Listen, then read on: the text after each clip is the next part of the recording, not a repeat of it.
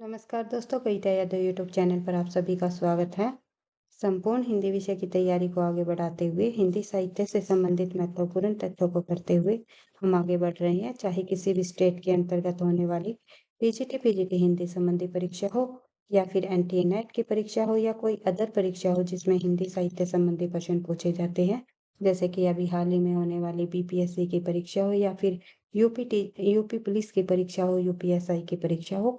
सभी परीक्षाओं के लिए ये क्लास काफ़ी मददगार होगी। केवीएस, एनवीएस या फिर जो है DSSS, पीजीटी, पीवीटी हिंदी या फिर ईएमआरएस सभी परीक्षाओं के लिए हेल्पफुल रहेगी वही ये क्लास, क्योंकि इन्हीं प्रश्नों में से, इन्हीं तथ्यों में से परीक्षाओं में बार-बार प्रश्न पूछे जाते हैं। तो संपूर्ण हिंदी साहित्य को आगे बढ़ाते हुए आज की क्लास में हम आदिकाल से संबंधित महत्वपूर्ण प्रश्नों को करने की कोशिश करेंगे, जो कि हमने जो है 250 प्लस आदिकाल से संबंधित प्रश्नों को करने का टारगेट बनाया है। इन्हीं प्रश्नों में से आपको परीक्षाओं में प्रश्न देखने को मिलेंगे। पार्ट 1 के अंतर्गत हम जो है 105 प्रश्नों को कर चुके हैं। आज की क्लास में 106 प्रश्न से शुरुआत कर लेते हैं। पार्ट 2 में आदिकाल का पार्ट 2 रहेगा हमारा एमसीक्यूज की प्रैक्टिस आदिकाल के प्रश्नों की। तो देखते हैं, ज़्यादा टाइम वेस्ट न करते हुए शुरुआत कर लेते हैं आज की क्लास की, क्योंकि सफलता का राज है निरंतर अभ्यास। इसी उद्देश्य के साथ आगे बढ़ते हैं। प्रश्न नंबर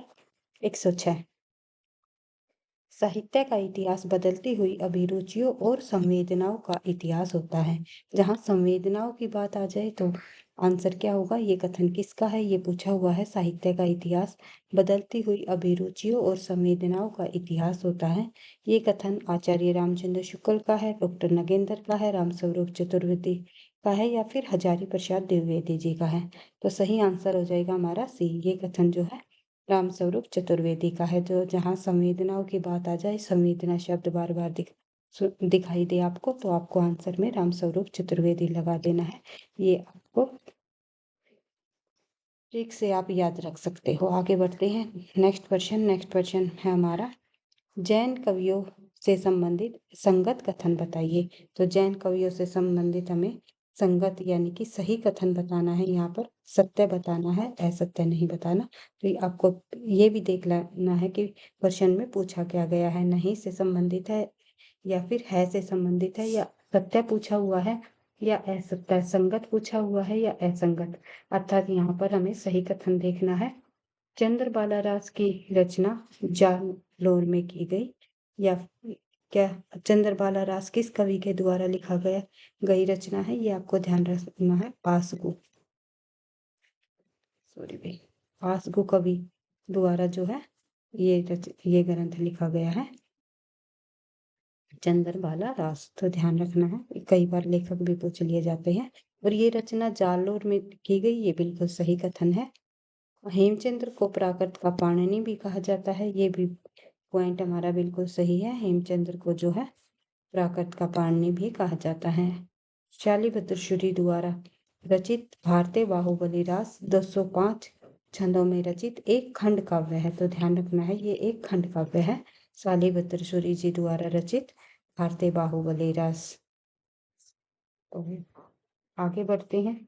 तो हमारे तीनों ही पॉइंट सही है, तो आंसर हो जाएगा हमारा डी। आगे बढ़ते हैं। नेक्स्ट क्वेश्चन में क्या पूछा गया है देख लेते हैं। प्रश्न नंबर 108, निम्नलिखित में से प्रवृत्तिगत नामकरण है, यानी कि प्रवृत्ति के आधार पर हिंदी साहित्य के कालखंड का नामकरण इनमें से किसको दिया गया है, ये आपको बताना है। वैसे प्रवृत्ति के आधार पर जो नामकरण दिए गए थे वे आचार्य रामचंद्र शुक्ल जी द्वारा दिए गए थे। ये आपको ध्यान रखना है, कई बार पूछ लिए जाते हैं। आचार्य रामचंद्र शुक्ल ने किस आधार पर हिंदी साहित्य के कालखंडों का नामकरण दिया है? तो प्रवृत्ति के आधार पर। प्रवृत्तिगत जो है नामकरण, इसमें आदिकाल प्रवृत्तिगत नहीं है। आदिकाल की जो प्रवृत्ति थी वो वीरात्मक रही है, तो इसलिए आचार्य रामचंद्र शुक्ल ने आदिकाल को प्रवृत्ति के आधार पर वीरगाथात्मक कहा है, वीरगाथा काल कहा है। तो ध्यान रखना है। भक्ति काल या फिर जो है मध्यकाल या फिर प्रसाद युग। प्रसाद युग एक जो है व्यक्तिगत नाम पर आधारित नामकरण दिया गया है, जो है जिसको हम जयशंकर प्रसाद के नाम से, जयशंकर प्रसाद के नाम पर जो है प्रसाद युग नामकरण पढ़ा है हिंदी साहित्य का, तो ध्यान रखना है।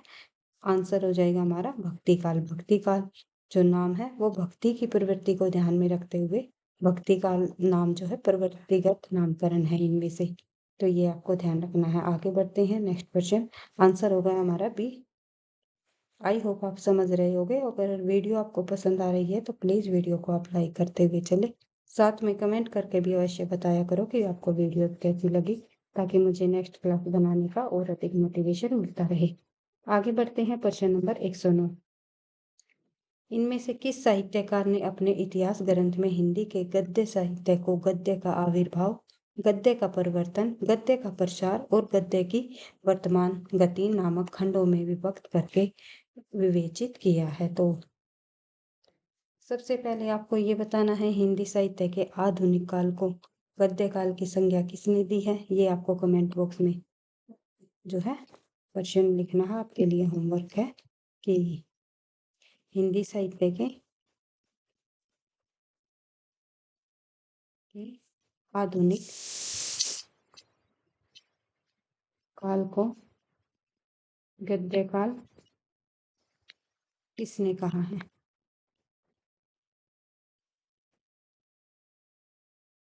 तो इसमें से किस साहित्यकार ने अपने इतिहास ग्रंथ में हिंदी के गद्य साहित्य को गद्य का आविर्भाव, गद्य का परिवर्तन, गद्य का प्रसार और गद्य की वर्तमान गति नामक खंडों में विभक्त करने वाले जो है विद्वान कौन है? अगर इस प्रश्न का आंसर आप बता दोगे कमेंट बॉक्स में तो इस प्रश्न का भी आपको आंसर मिल जाएगा।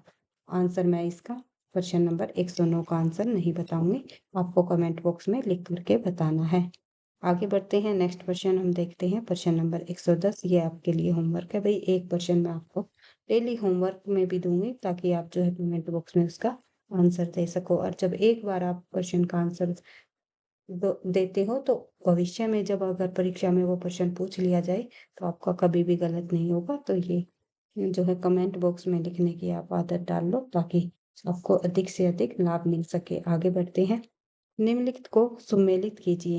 एक तरफ यहाँ पर जो है रचनाएं दी गई है, दूसरी तरफ उनके रचनाकार है, तो हमें किस रचना का रचनाकार कौन है, अर्थात किस रचनाकार ने कौन सी रचना लिखी है ये हमें बताना है। तो हमें सुमेलित करना है, सॉरी भाई मधुकर हमें बताना है किस कवि द्वारा कौन सी रचना लिखी गई। मधुकर कवि हुए हैं, उनकी रचना है जयमयंक जसचंद्रिका, काफी इंपॉर्टेंट है, परीक्षा की दृष्टि से पूछी जाती है बार बार। धनपाल कवि द्वारा लिखी गई है जो ग्रंथ है उसका नाम है भविष्यत कहा। रोड़ा कवि द्वारा जो है राउलवेल ग्रंथ लिखा गया और जो है ज्योतिश्वर ठाकुर ने जो है वर्ण रत्नाकर नाम से ग्रंथ लिखा है। तो इनको भी आपको देख लेना है। आगे बढ़ते हैं, इनको बार बार रिवाइज करते हुए रहना है। तो नेक्स्ट क्वेश्चन हम देखते हैं, नेक्स्ट क्वेश्चन में दिया गया है निम्नलिखित को सुमेलित कीजिए। यहाँ पर हमें सुमेलित करना है इन पंक्तियों को उनके कवि के साथ। एक तरफ यहाँ पर सूची एक में पंक्तियां दी गई है, दूसरी तरफ जो है उनकी सूची 2 में रचनाकार दिए गए हैं। तो सबसे पहले हम पंक्ति देखते हैं। सबसे पहली पंक्ति है हमारी, 12 बरस ले कुकर जीवे अरु 1300 जिए सियार 18 बरस छतरी जीवे आगे जीवन को दुख धिक्कार। तो ये पंक्ति जो है इनमें से जगनिक कवि की है जो परमार रासों से ली गई है। तो ये आपको ध्यान रखना है, 12 बरस ले ऊपर जो जीवे, तो ये पंक्ति जो है जगनिक कवि की है।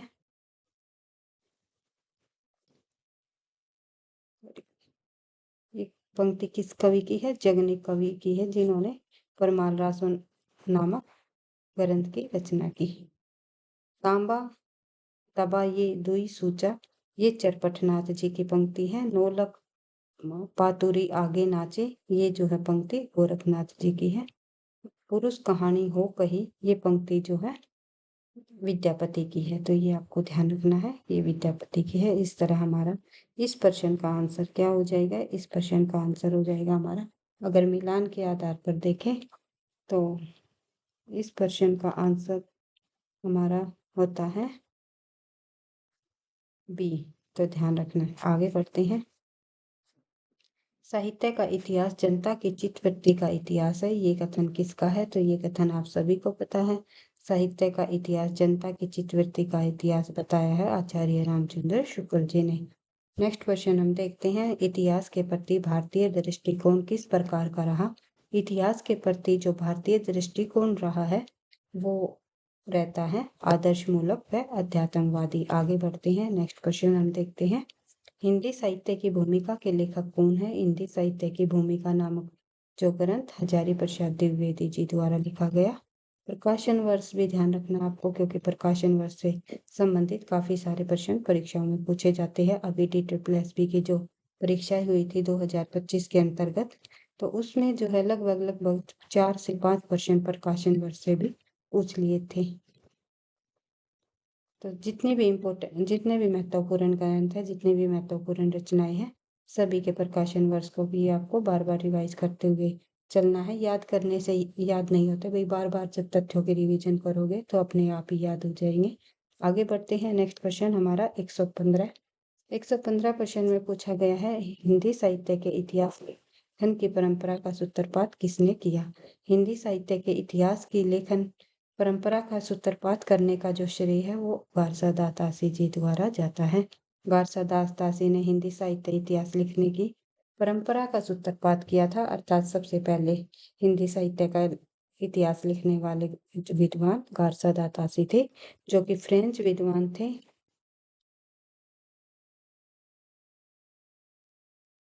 इस्तवार लिटरेचर एंदुई ए हिंदुस्तानी नाम से इन्होंने हिंदी साहित्य के इतिहास का लेखन का सूत्रपात किया, इतिहास का ग्रंथ लिखा जो कि फ्रेंच भाषा में था। आगे बढ़ते हैं, और वर्णानुक्रम पद्धति को अपनाया इन्होंने। 1847 में इसका प्रकाशन किया गया, तो ये भी आपको ध्यान रखना है, 1847। आगे बढ़ते हैं, काफी सारे तथ्य याद करने के लिए जो कि हम प्रश्न उत्तरों के माध्यम से बार बार रिवाइज करते हुए आगे बढ़ेंगे। आगे प्रश्न है हमारा प्रश्न नंबर 116, आचार्य रामचंद्र शुक्ल के इतिहास ग्रंथ का नाम बताइए। तो शुक्ल जी के इतिहास ग्रंथ का नाम आपको बताना है हिंदी साहित्य का इतिहास, हिंदी साहित्य का अतीत, रस मीमांसा, हिंदी साहित्य का वैज्ञानिक इतिहास। हिंदी साहित्य का वैज्ञानिक इतिहास आपको पता ही है, गणपति चंद्र जी द्वारा लिखा गया, गणपति चंद्र गुप्त। उसके अलावा हिंदी साहित्य का अतीत विश्वनाथ जी द्वारा लिखा गया, और जो है रस मीमांसा नामक जो ग्रंथ है वो डॉक्टर नगेंद्र जी का है, लेकिन हिंदी साहित्य का इतिहास आचार्य रामचंद्र शुक्ल जी का ग्रंथ है, जिसका प्रकाशन वर्ष 1929 में हुआ, 1929 ईस्वी। आगे बढ़ते हैं, नेक्स्ट क्वेश्चन हम देखते हैं। सॉरी भाई, रस मीमांसा डॉक्टर नगेंद्र जी का नहीं है, रस मीमांसा भी रामचंद्र शुक्ल जी का ही ग्रंथ है भाई, लेकिन ये आलोचनात्मक ग्रंथ है इनका, इतिहास ग्रंथ नहीं है, आलोचनात्मक ग्रंथ है, तो ये ध्यान रखना है। और लेकिन डॉक्टर नगेंद्र का है रस सिद्धांत। एक दूसरे से मिलते जुलते जो तथ्य भी हमें कंफ्यूज कर देते हैं, इसलिए मैं आपको बार बार कहती हूँ, तथ्यों की बार बार रिवीजन से ही आपको ये तथ्य याद रह पाएंगे। सफलता का राज है निरंतर अभ्यास। आगे बढ़ते हैं, तो देखते हैं, गारसा दत्तासी के ग्रंथ का नाम बताइए। The modern vernacular literature of Hindustan, इस तरह द लिटरेचर एंड हिंदुस्तान, अभी मैंने आपको बताया था। गारसा दत्तासी के ग्रंथ का नाम है इस्तवार द लिटरेचर एंड हिंदुस्तान। चचकारिया ई शुरुआ या हिंदुई साहित्य का इतिहास, ये नहीं है, आंसर हमारा बी हो जाएगा। आगे बढ़ते हैं, नेक्स्ट क्वेश्चन है हमारा, इस्तवार द लिटरेचर एंड हिंदुस्तान ग्रंथ किस भाषा में लिखा गया? तो फ्रेंच भाषा का ये ग्रंथ रहा है। आगे बढ़ते हैं, हिंदी कवियों का प्रथम वृत्त संग्रहकार कौन है? वृत्त संग्रहकार जो है हिंदी कवियों का प्रथम वृत्त संग्रहकार माना जाता है शिव सिंह सेंगर। आगे बढ़ते हैं, नेक्स्ट क्वेश्चन हम देखते हैं, हिंदी साहित्य इतिहास लेखन में सबसे पहले काल विभाजन, प्रवृत्ति निरूपण और मूल्यांकन किसने किया? तो ये आपको बताना है, हिंदी साहित्य इतिहास लेखन में सबसे पहले काल विभाजन, प्रवृत्ति निरूपण और मूल्यांकन किसके द्वारा किया गया, किस विद्वान के द्वारा? तो आपको तो हमारा सही आंसर हो जाएगा इस प्रश्न का जॉर्ज क्रिएशन। गार्सादासी ने जो है काल विभाजन के आधार पर हिंदी साहित्य को कालखंडों को नहीं बांटा था। उन्होंने जो है वर्णानुक्रम पद्धति को अपनाया था, लेकिन ग्रिएशन ने काल विभाजन सबसे पहले किया था। प्रवृत्ति निरूपण और मूल्यांकन। आगे बढ़ते हैं। एशियाटिक सोसाइटी ऑफ बंगाल की पत्रिका के विशेषांक 1888 में किसका प्रकाशन हुआ? तो आप लोगों को पता ही है। तो इस पत्रिका में जो है विशेषांक के रूप में जो सबसे पहले प्रकाशन हुआ ग्रंथ का, उसका नाम है the modern vernacular literature of Hindustan, जो कि डॉक्टर गिरियशन जी द्वारा कृत है। आगे बढ़ते हैं। नेक्स्ट क्वेश्चन हम देखते हैं। नेक्स्ट क्वेश्चन हमारा तबका टू सूरा के लेखक कौन है? तो ये नाम से ही आपको पता चल रहा है, मौलवी करीमुद्दीन जी इसके लेखक हैं। निम्नलिखित में से किस ग्रंथ को अंग्रेजी में उर्दू कवियों का इतिहास और उर्दू में हिंदी शायरी का तज़किया कहा गया है? तो आपको ध्यान रखना है, यही ग्रंथ है तज़किया सूरा ई हिंदी, करीमुद्दीन जी द्वारा रचित। आगे बढ़ते हैं। नेक्स्ट क्वेश्चन, प्रश्न नंबर 124। प्रश्न नंबर 124 हमारा हिंदी साहित्य इतिहास की नींव का पत्थर किसे माना गया? नींव का पत्थर जिस ग्रंथ को माना गया, उस ग्रंथ का नाम है the modern vernacular literature of Hindustan. Hindi साहित्य के इतिहास की नींव का पत्थर जो है, कालक्रम अनुसार पद्धति को अपनाते हुए जो ये ग्रंथ लिखा गया जॉर्ज ग्रियर्सन जी द्वारा, जॉर्ज इसके लेखक हैं। तो इसे ही हिंदी साहित्य इतिहास के नींव का पत्थर माना गया। नेक्स्ट क्वेश्चन हम देखते हैं। इनमें से असत्य कथन कौन सा है? शुक्ल जी का इतिहास 1929 में प्रकाशित हुआ, जिसका नाम है हिंदी साहित्य का इतिहास। बिल्कुल सही कथन है।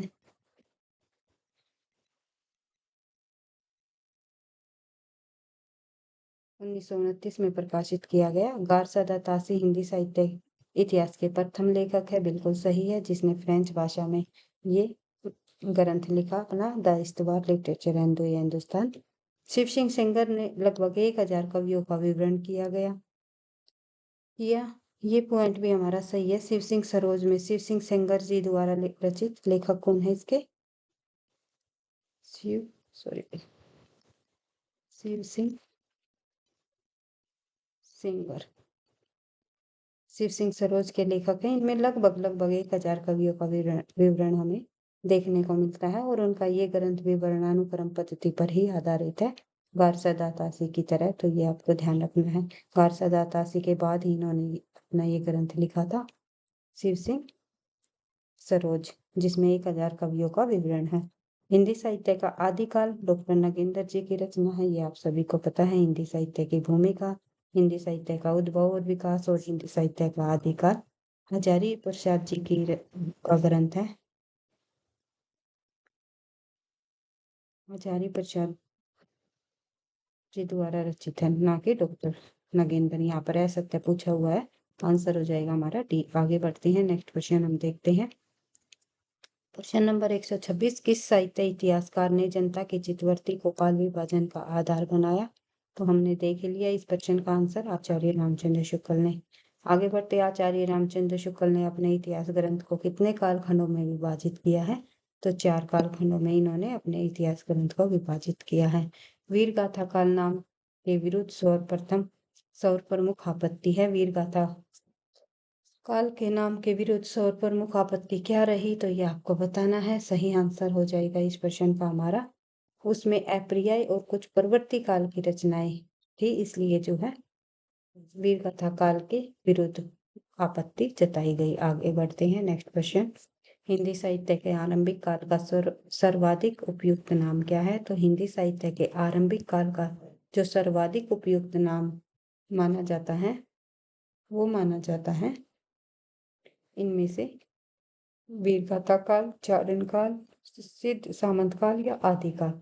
तो सर्वाधिक आरंभिक का सर्वाधिक उपयुक्त काल अगर पूछा जाए तो चारण काल हम लगा सकते हैं, क्योंकि चारण व भाट कवियों द्वारा रचनाएं लिखी गई थी शुरुआत में। आगे बढ़ते हैं। इनमें से अशुद्ध जोड़ा बताइए। राजस्थानी भाषा और साहित्य मोतीलाल मेहनारिया का ग्रंथ है, बिल्कुल सही है। हिंदी साहित्य का वैज्ञानिक इतिहास गणपति चंद्र जी का ग्रंथ है, बिल्कुल सही है। हिंदी साहित्य का अतीत गणपति चंद्र का गुप्त है, ये गलत हो जाएगा हमारा। शिव सिंह सरोज शिव सिंह सेंगर की रचना है, ये बिल्कुल सही है।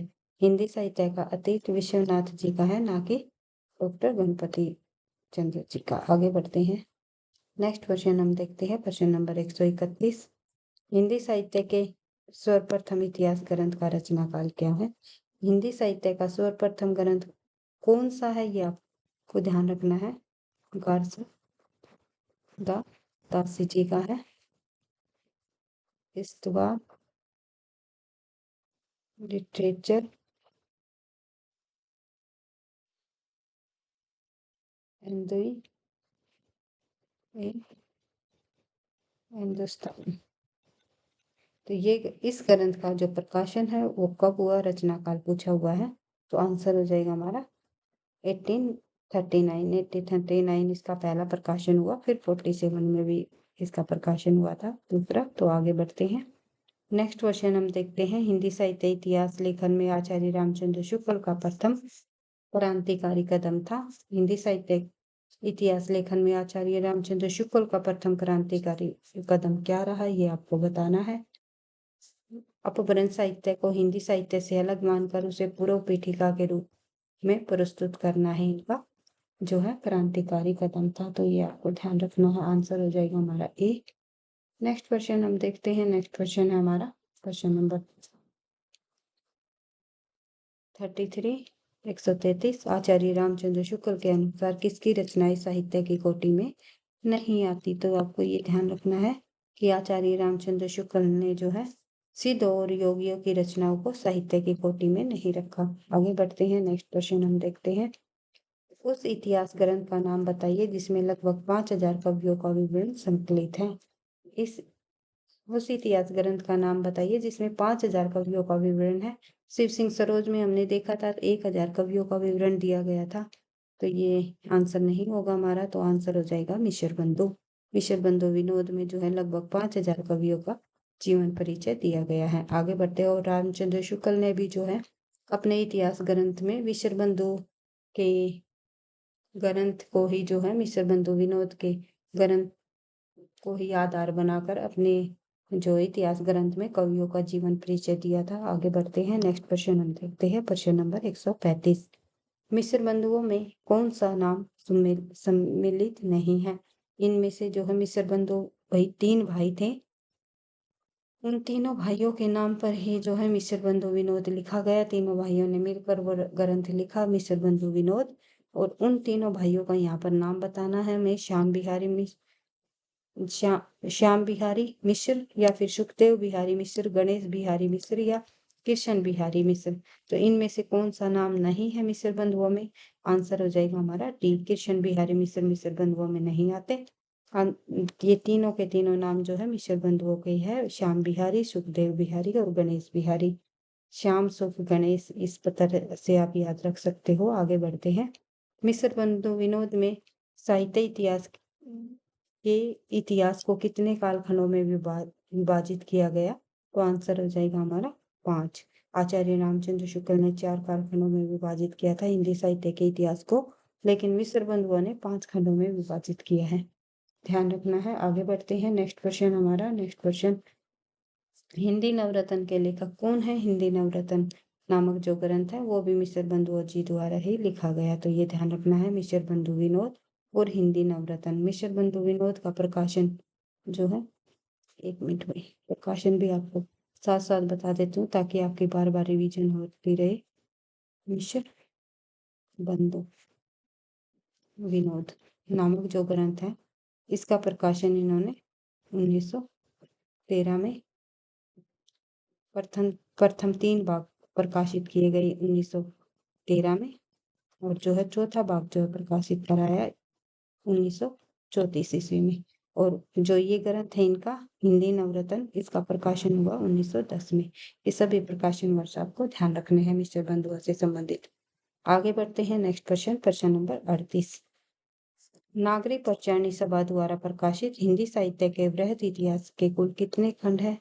नागरी परचानी द्वारा प्रकाशित हिंदी साहित्य के वैध इतिहास के लगभग जो है बताई गई है, 18 खंड बताई गई है। तो यह ध्यान रखना। आगे बढ़ते हैं। पहले 16 थे, 2 खंड फिर बाद में जोड़ दिए गए थे। तो शुरुआत में अगर पूछा जाए कितने खंड थे शुरुआत में, तो 16 आंसर लगाना आपको।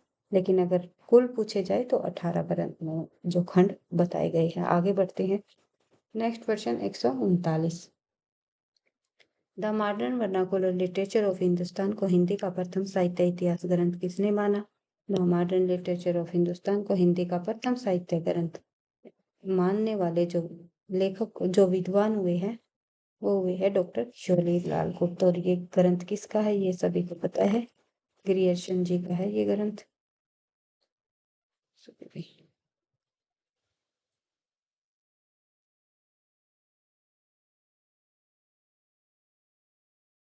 ये ग्रंथ जो है जॉर्ज ग्रियर्सन जी का है, जिसका प्रकाशन 1888 ईस्वी में हुआ था। और किशोरीलाल ने इसे हिंदी का प्रथम साहित्य इतिहास ग्रंथ माना। और लक्ष्मी सागर वाणस्यायी ने जो है गारसा दातासी के ग्रंथ को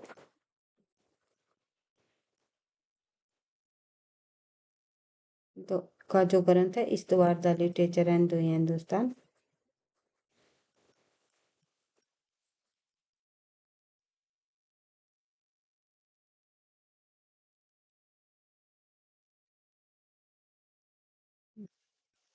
ग्रंथ को जो है पहला ग्रंथ माना था हिंदी साहित्य के इतिहास का। आई होप आप समझ गए होंगे। बढ़ते हैं आगे अपने नेक्स्ट क्वेश्चन की तरफ। नेक्स्ट क्वेश्चन में क्या दिया गया है, क्या पूछा गया है, देख लेते हैं। प्रश्न नंबर 140। आचार्य रामचंद्र शुक्ल का साहित्य इतिहास ग्रंथ हिंदी शब्द सागर की भूमिका के रूप में किस नाम से प्रकाशित हुआ? तो आपको ध्यान रखना है, हिंदी शब्द सागर की भूमिका के रूप में आचार्य रामचंद्र शुक्ल का जो ग्रंथ है वो प्रकाशित हुआ था हिंदी साहित्य के विकास के नाम से। आगे बढ़ते हैं। नेक्स्ट क्वेश्चन हम देखते हैं। आचार्य रामचंद्र शुक्ल कृत हिंदी साहित्य का इतिहास का प्रकाशन वर्ष सभी को पता है 1929। आगे बढ़ते हैं। नेक्स्ट क्वेश्चन देखते हैं। हिंदी साहित्य का सर्वाधिक व्यवस्थित और लोकप्रिय साहित्य इतिहास ग्रंथ बताइए। सर्वाधिक लोकप्रिय और व्यवस्थित ग्रंथ कौन सा माना गया हिंदी साहित्य का? तो आपको ध्यान रखना है, आचार्य रामचंद्र शुक्ल जी द्वारा ही रचित हिंदी साहित्य का सर्वाधिक व्यवस्थित और लोकप्रिय ग्रंथ माना गया है हिंदी साहित्य का इतिहास, जिसका प्रकाशन वर्ष 1929 ईस्वी है। आगे बढ़ते हैं। नेक्स्ट क्वेश्चन हमारा प्रश्न नंबर 143। हिंदी साहित्य के इतिहास का प्रस्थान बिंदु किसे कहा जाता है? हिंदी साहित्य के इतिहास का प्रस्थान बिंदु कहा जाता है शिव सिंह सरोज को। आगे बढ़ते हैं। नेक्स्ट क्वेश्चन हम देखते हैं। प्रश्न नंबर 144। डॉक्टर गिरियसन ने अपने इतिहास साहित्य इतिहास सर्वाधिक सहायता किससे ली? तो गिरियसन जी ने जो अपना इतिहास ग्रंथ लिखा था हिस्टोरिकल लिटरेचर एंड सॉरी भाई the vernacular literature of Hindustan, तो इस ग्रंथ को जॉर्ज ग्रियर्सन ने लिखा। और इस ग्रंथ को लिखने के लिए सबसे अधिक सहायता जो है किस ग्रंथ से ली ये आपको बताना है। तो इससे पहले कौन सा ग्रंथ लिखा गया था ग्रियर्सन जी ने से पहले? तो ग्रियर्सन से पहले शिव सिंह सरोज लिखा गया था। तो सरोज से ही जो उन्होंने सबसे अधिक सहायता ली। तो ध्यान रखना है, शिव सिंह सरोज शिव सिंह शंकर जी द्वारा लिखा गया। आगे बढ़ते हैं। नेक्स्ट क्वेश्चन हमारा प्रश्न number 145। Modern vernacular of literature modern vernacular literature of Hindustan में वर्णित कवियों की संख्या बताइए। Modern vernacular literature of Hindustan जो ग्रंथ है, इसमें कवियों की कुल संख्या अगर पूछी जाए तो इसमें कवियों की संख्या है 952। आगे बढ़ते हैं। Next question. हिंदी के विदेहवादी साहित्य इतिहास के आदम पर्वत शुक्ल जी ने ही प्रयुक्त ग्रियर्सन है। तो ये कथन है किसी विद्वान का कि हिंदी के विदेहवादी इतिहासकार आदम पर्वत शुक्ल जी को नहीं माना, प्रयुक्त ग्रियर्सन जी को माना है। किसके द्वारा माना गया है ये आपको बताना है। तो आंसर हो जाएगा हमारा प्रोफेसर नलिन विलोचन शर्मा, भी हमारा आंसर हो जाएगा। आगे बढ़ते हैं। नेक्स्ट क्वेश्चन है हमारा प्रश्न number 147। The modern vernacular literature of Hindustan Hindi के अध्येताओं की दृष्टि का केंद्र बिंदु नहीं बन सका, क्योंकि वह शिव सिंह सरोज के आधार पर था, इसलिए इस प्रश्न का मतलब समझो भाई। इसमें कहा गया है कि the modern vernacular literature of Hindustan, Hindi के अध्येताओं यानी कि जो हिंदी पढ़ने वाले, हिंदी का अध्ययन करने वालों की दृष्टि का केंद्र बिंदु ये ग्रंथ नहीं बन सका, मतलब उन उनका प्रिय ये ग्रंथ नहीं हुआ। तो क्यों नहीं हुआ, कारण क्या था? क्योंकि वह शिव सिंह सरोज के आधार पर लिखा गया था, इसलिए। या उसमें साहित्य के विकास क्रम का सही निर्णय नहीं है, इसलिए। या उसमें व्याकरण संबंधी अशुद्धियां रही थी, इसलिए। या फिर वह अंग्रेजी भाषा में लिखा गया था, इसलिए। क्योंकि वो अंग्रेजी भाषा में लिखा गया था, इसलिए हिंदी का अध्ययन करने वाले, हिंदी प्रिय लोगों के लिए जो है ये ग्रंथ जो है उनका केंद्र बिंदु नहीं बन पाया, क्योंकि वो अंग्रेजी भाषा में लिखा गया था। आंसर हो जाएगा हमारा डी। आगे बढ़ते हैं, नेक्स्ट क्वेश्चन हम देखते हैं। प्रश्न नंबर 148, हिंदी साहित्य के इतिहास को आलोचनात्मक ढंग से समझने का श्रेय किसे जाता है? ये प्रश्न हम कल भी कर चुके थे शायद। हिंदी साहित्य के इतिहास को आलोचनात्मक ढंग से समझने का जो श्रेय है वो पद्मलाल पूनालाल बख्शी जी को जाता है। आगे बढ़ते हैं। हिंदी साहित्य इतिहास की रूपरेखा में युक्त हिंदी के मुसलमान कवि नामक पुस्तक के लेखक कौन है? तो गंगा प्रसाद सिंह जो है हिंदी के मुसलमान कवि नामक पुस्तक के लेखक रहे हैं। आगे बढ़ते हैं, प्रश्न नंबर 150। आचार्य रामचंद्र शुक्ल ने अपने साहित्य इतिहास में कितने कालों में विभाजित किया गया है? आचार्य रामचंद्र शुक्ल ने अपने साहित्य इतिहास को 4 कालखंडों में विभाजित किया गया है। देखते हैं नेक्स्ट प्रश्न, प्रश्न नंबर 151। निम्नलिखित इतिहास ग्रंथों को उनके प्रकाशन वर्ष के आरोही क्रम में व्यवस्थित कीजिए। तो हमें प्रकाशन वर्ष के अनुसार जो है आरोही क्रम में व्यवस्थित करने हैं सभी इतिहास ग्रंथों को। तो देख लेते हैं एक बार। सबसे पहले इनमें से जो लिखा गया मिस्र बंधु विनोद, उसके बाद आता है हमारा हिंदी साहित्य का इतिहास शुक्ल जी का, क्योंकि मिस्र बंधु विनोद के आधार पर ही जो है शुक्ल जी ने अपने इतिहास ग्रंथ में कवियों का जीवन परिचय दिया था। और फिर आता है हमारा हिंदी साहित्य की भूमिका, जो कि हजारी प्रसाद जी द्वारा लिखी गई थी 1940 में। 1929 में ये ग्रंथ लिखा गया था। मिस्र बंधु विनोद का थोड़ा सा भाई मैंने बताया था 1913, याद ध्यान आ गया, वही भूल गई थी एकदम से, माफी चाहूंगी। चल देख लेते हैं एक बार, फिर से स्टार्ट करते हैं। तो सही आंसर देख लेते हैं इसका।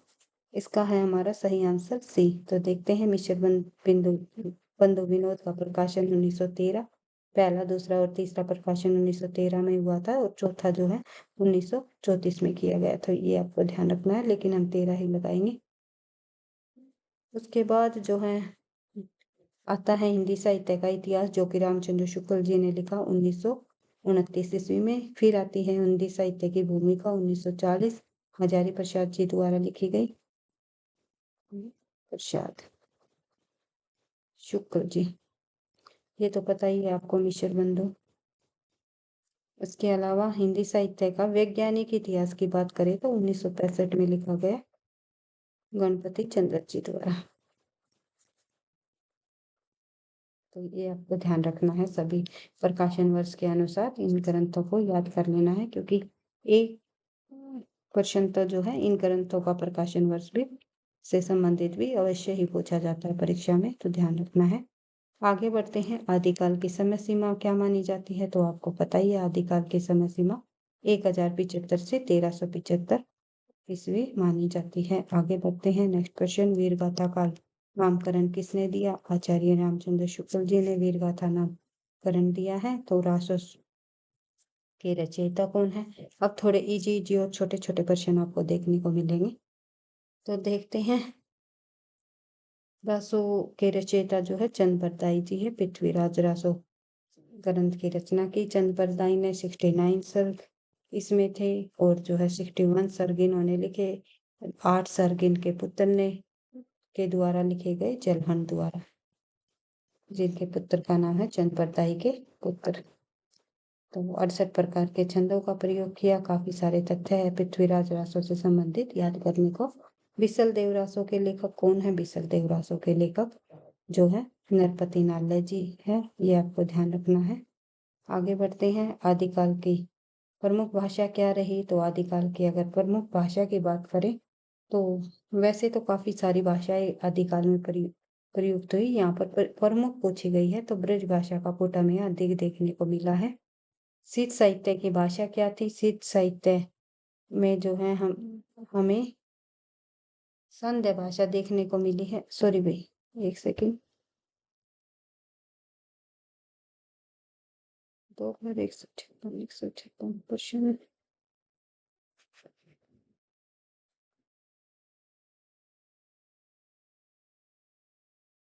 अपभ्रंश भाषा मानी जाएगी भैया। आदिकाल की भाषा जो है अपभ्रंश भाषा अधिक थी और जो है अलग अलग भाषाएं बोली गई थी आदिकाल में। उसके बाद आप देखोगे, एक सेकेंड भाई, बढ़ते हैं आगे। सिद्ध साहित्य की भाषा। सिद्ध साहित्य की जो भाषा रही है वो वैसे तो संध्या भाषा हमें देखने को मिली है, लेकिन अपभ्रंश प्लस मिश्रित खड़ी बोली का प्रयोग इसमें किया गया है, तो अपभ्रंश हम आंसर लगाएंगे। आगे बढ़ते हैं। Next question. नेक्स्ट क्वेश्चन में देख लेते हैं परमाल रासों के रचनाकार कौन है? तो परमाल रासों के रचनाकार जगनीक रहे हैं। सिद्ध साहित्य के प्रमुख भाव क्या है? सिद्ध साहित्य का जो प्रमुख भाव है वो रहस्यवाद है, जो कि आगे चलकर जो है कबीरदास ने भी सिद्ध साहित्य से ही प्रभावित रहस्यवाद को अपनाया था। आगे बढ़ते हैं। नेक्स्ट क्वेश्चन हम देखते हैं हमीर रासों के रचयिता कौन है? तो सारंगधर सूरी हमीर रासों के रचयिता रहे हैं। उसके बाद आगे बढ़ते हैं। नेक्स्ट क्वेश्चन, आदिकाल का दूसरा नाम बताइए। आदिकाल का दूसरा नाम है वीर गाथाकार। प्रवृत्ति के आधार पर ये नामकरण दिया गया और किसके द्वारा दिया गया? रामचंद्र शुक्ल जी द्वारा। आगे बढ़ते हैं। नेक्स्ट क्वेश्चन, रासो साहित्य की प्रमुख विशेषता बताइए। भक्ति, नीति, वीरता या जो है श्रृंगार। रासो साहित्य की जो विशेषता है वो वीरता दिख रही है। वीरता, जो राजा महाराजा थे वे जगह जगह जाकर जो युद्ध करते थे, तो उन युद्धों का चित्रण ही हमें इन रासो साहित्य में देखने को मिलता है। कवि जो है प्रत्यक्ष रूप में जो है उन घटनाओं को इस प्रकार प्रस्तुत करते थे जो कि वे जो है बिल्कुल प्रत्यक्ष लगे।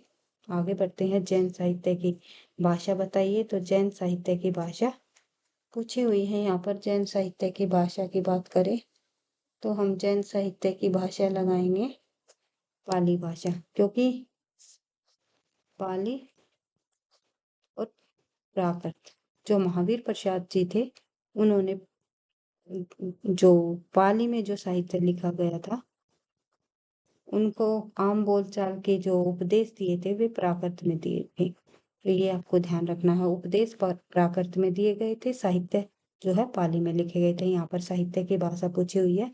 अगर ये पूछा जाए महावीर प्रसाद के उपदेश किस भाषा में दिए गए थे, तो ध्यान रखना है प्राकृत में। जैन साहित्य के प्रवर्तक माने जाते हैं महावीर प्रसाद जी। आगे बढ़ते हैं। आल्यखंड किससे संबंधित है? आल्यखंड आल्य और उद्दल दो वीर योद्धाओं की कथा है इसमें। आगे बढ़ते हैं। जगनीश किस काव्य से संबंधित है?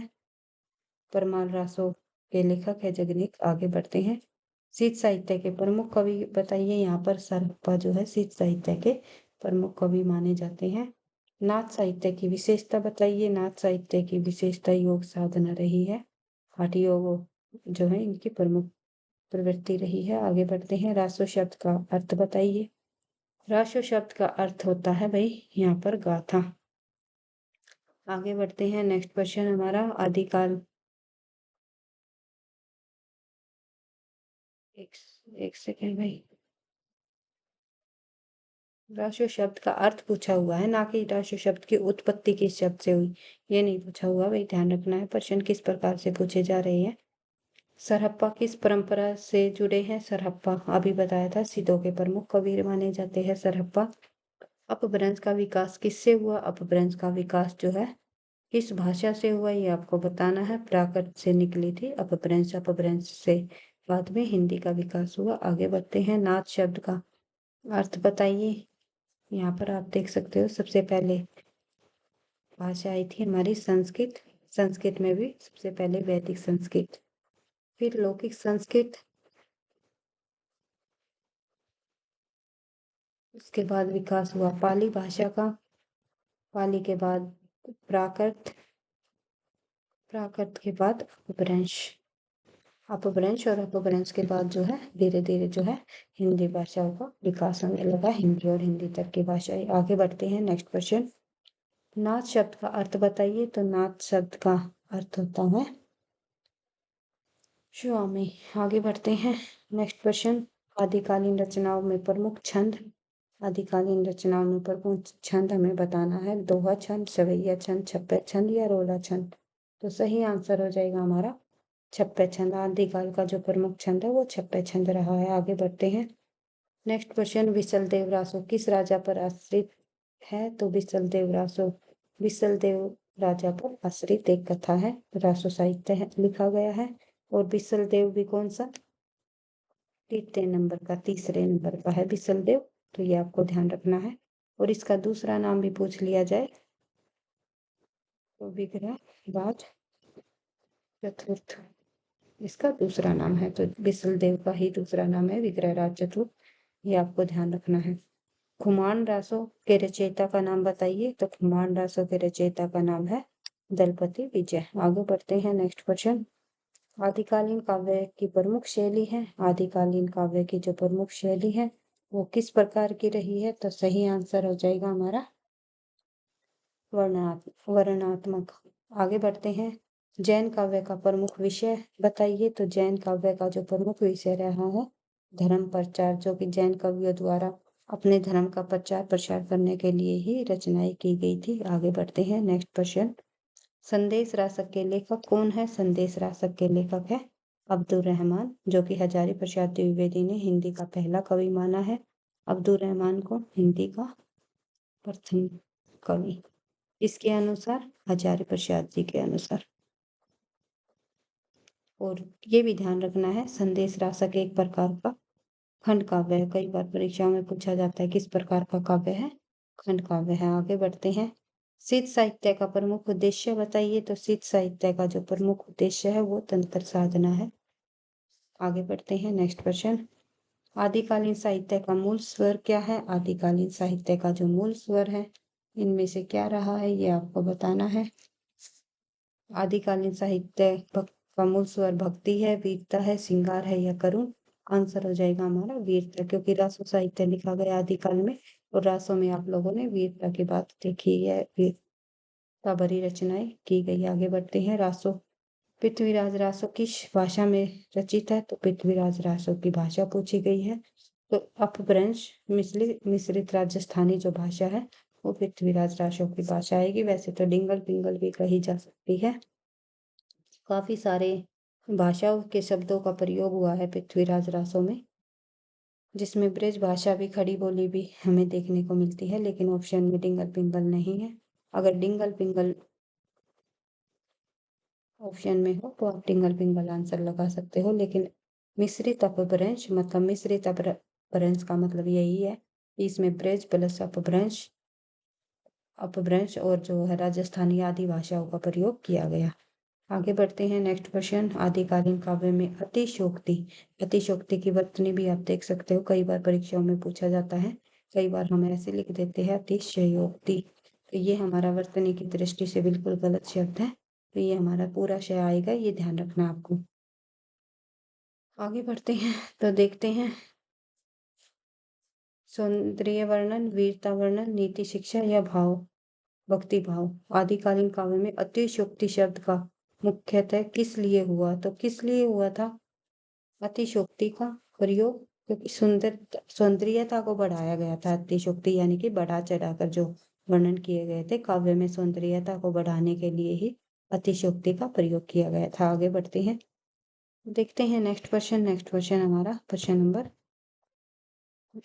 182, सिद्ध साहित्य किससे प्रभावित है। तो सिद्ध साहित्य इनमें से जो है वैष्णव मत से प्रभावित है, बौद्ध तंत्रवाद से प्रभावित है, शैव मत से प्रभावित है या जैन से प्रभावित है। आंसर आ जाएगा हमारा बौद्ध तंत्रवाद से। सिद्ध साहित्य में प्रयुक्त सांध्य भाषा का अर्थ है, सिद्ध साहित्य में प्रयुक्त जो सांध्य भाषा है उसका अर्थ है प्रतीकात्मक रूढ़ भाषा ही सिद्ध सांध्य भाषा कहलाई थी। प्रतीकों का प्रयोग इसमें किया गया था। आगे बढ़ते हैं। 84 सिद्धों में प्रमुख कवि कौन है? 84 सिद्धों में प्रमुख कवि सरप्पा जी का नाम आता है प्रमुख कवियों में। नाथ पंथ के प्रवर्तक कौन है? तो नाथ पंथ के प्रवर्तक मत्स्येंद्र नाथ जी माने जाते हैं। गोरखनाथ के गुरु रहे हैं मत्स्येंद्र नाथ जी। आगे बढ़ते हैं, अमीर खुसरो किस काल से संबंधित है? बिल्कुल आसान प्रश्न है। अमीर खुसरो जो है आदिकाल के प्रमुख कवि हुए हैं। अमीर खुसरो की भाषा पूछी हुई है, तो अमीर खुसरो की भाषा जो है हिंदवी भाषा मानी जाएगी भाई, ध्यान रखना है। उसमें उन्होंने जो है उर्दू जैसे शब्दों का भी प्रयोग अपनी भाषाओं में किया है। इनकी भाषा हिंदवी भाषा रहेगी, लेकिन खड़ी बोली शब्द का प्रयोग किया था अमीर खुसरो ने।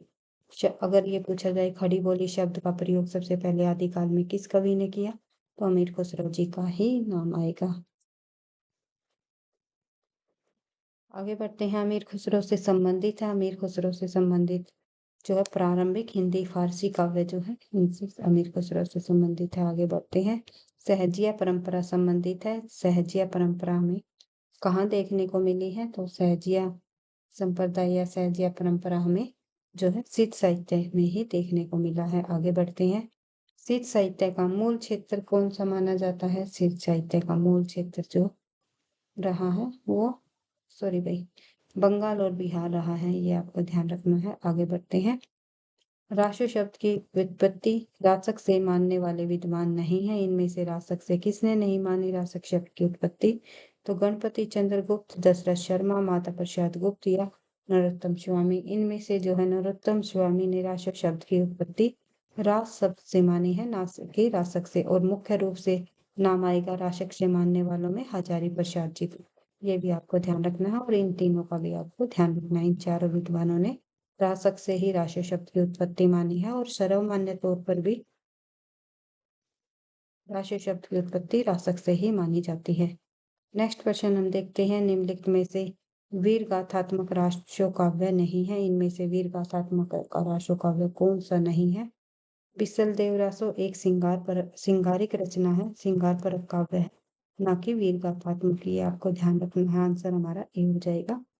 नेक्स्ट क्वेश्चन हम देखते हैं, प्रश्न नंबर 193 193। हिंदी में चंद को छंदों का राजा कहा जा सकता है। रासों के अंतर्भाव भंग भाव भंगिमा के साथ भाषा दनादन नए छंदों में गति धारण करती चलती है। तो ये कथन किसका है? तो सही आंसर है हमारा इस प्रश्न का नामवर सिंह जी द्वारा ये कथन कहा गया कि हिंदी में चंद को छंदों का राजा कहा जा सकता है, और रासों के अंतर्गत भाव भंगिमा के साथ भाषा दनादन नए छंदों में गति धारण करते चलती है। ये कथन नामवर सिंह जी का है, ये आपको ध्यान रखना है। आगे बढ़ते हैं, कुछ कथन ऐसे हैं जो इतने इम्पोर्टेंट नहीं है, फिर भी परीक्षाओं में पूछ लिए जाते हैं। उन सभी कथनों को भी आपको ध्यान रखना है, क्या पता कौन सा कथन कौन सा प्रश्न उठाकर परीक्षा में पूछ लिया जाए। पृथ्वीराज रासो का सबसे बड़ा सर कौन सा है? तो कनवज जो समय है, कनवज युद्ध नामक जो समय है, ये सबसे बड़ा समय माना जाता है पृथ्वीराज रासो का। पृथ्वीराज रासो को सबसे पहले अप्रमाणिक घोषित करने वाले विद्वान कौन है? तो डॉक्टर बुलर ने पृथ्वीराज रासो को सबसे पहले अप्रमाणिक घोषित किया था, तो ये ध्यान रखना है। आगे बढ़ते हैं, निम्नलिखित में से पृथ्वीराज रासो को अर्ध प्रमाणिक मानने वालों में विद्वान कौन नहीं है? हजारी प्रसाद, सुनीति कुमार और मुनि जी विजयन तीनों ने पृथ्वीराज रासो को अर्ध प्रमाणिक ग्रंथ माना है, लेकिन जो है मोहनलाल पांडे ने इसे प्रमाणिक ग्रंथ माना है। आगे बढ़ते हैं, नेक्स्ट क्वेश्चन हम देखते हैं, चंद बरदाई को छप्पे का राजा किसने कहा? चंद बरदाई को छप्पे का राजा कहने वाले जो विद्वान हुए हैं वे कौन है? ये आपको बताना है, आंसर हो जाएगा हमारा शिव सिंह सेंगर। शिव सिंह सेंगर ने चंद बरदाई को छप्पे छंद का राजा कहा है। आगे बढ़ते हैं, पृथ्वीराज रासो में पृथ्वीराज के कितने विवाहों का उल्लेख है? पृथ्वीराज रासो में पृथ्वीराज के जो है 14 विवाहों का उल्लेख दिया गया है। आगे बढ़ते हैं, नेक्स्ट क्वेश्चन हमारा, किसने पृथ्वीराज रासो को मुक्तक काव्य माना, इनमें से जो है किसने पृथ्वीराज रासो को मुक्तक काव्य माना है? ये आपको बताना है। सही आंसर हो जाएगा हमारा नरोत्तम स्वामी ने। आगे बढ़ते हैं। आज का हमारा अंतिम प्रश्न, 200 प्रश्नों को ही आज करेंगे भाई, काफी सारे प्रश्न और रह जाते हैं। मैंने सोचा था पार्ट 2 पार्टों में हम कंप्लीट कर लेंगे, लेकिन पार्ट 3 भी बनेगा आदिकाल के प्रश्नों से संबंधित। तो हमें और अन्य प्रश्नों को लगभग 50 प्रश्नों को जो है नेक्स्ट क्लास में करने की कोशिश करेंगे आदिकाल से जुड़े हुए, ताकि आपकी बार-बार तथ्यों की रिवीजन होती रहे और आपको इन इन क्लासेस के माध्यम से ही काफी सारे प्रश्न या तथ्य आपको याद रहे और परीक्षा में जब प्रश्न पूछे जाए तो आसानी से उनका सही आंसर दे सको। तो आज का हमारा अंतिम प्रश्न देखते हैं। तुलसी के रामचरितमानस में जो स्थान अयोध्या कांड का है वही स्थान इनमें कनवत समय का है। तो पृथ्वीराज रासो के संबंध में यह कथन किस विद्वान का है? तो ये आपको बताना है। तो पृथ्वीराज रासो के संबंध में ये कथन कहा है इनमें से इसके द्वारा? आंसर है हमारा नामवर सिंह जी द्वारा। तुलसीदास के रामचरितमानस में जो स्थान अयोध्या कांड का है वही कनवत समय का है, यानी कि पृथ्वीराज रासो के में जो है कनवत समय का वही स्थान है जो तुलसी के रामचरितमानस में अयोध्या कांड का है। तो ये कथन कहने वाले विद्वान नामवर सिंह है। तो आज की क्लास में केवल इतने ही करेंगे भाई, और नेक्स्ट प्रश्नों को नेक्स्ट क्लास में करने की पूरी कोशिश करेंगे। वीडियो पसंद आई, एक बार फिर से कहना चाहूंगी, वीडियो को लाइक करना, दोस्तों के साथ शेयर करना, चैनल पर पहली बार हो तो सब्सक्राइब कर लेना ताकि नोटिफिकेशन आपको समय पर मिलता रहे। पढ़ते रहना, आगे बढ़ते रहना। थैंक यू, धन्यवाद।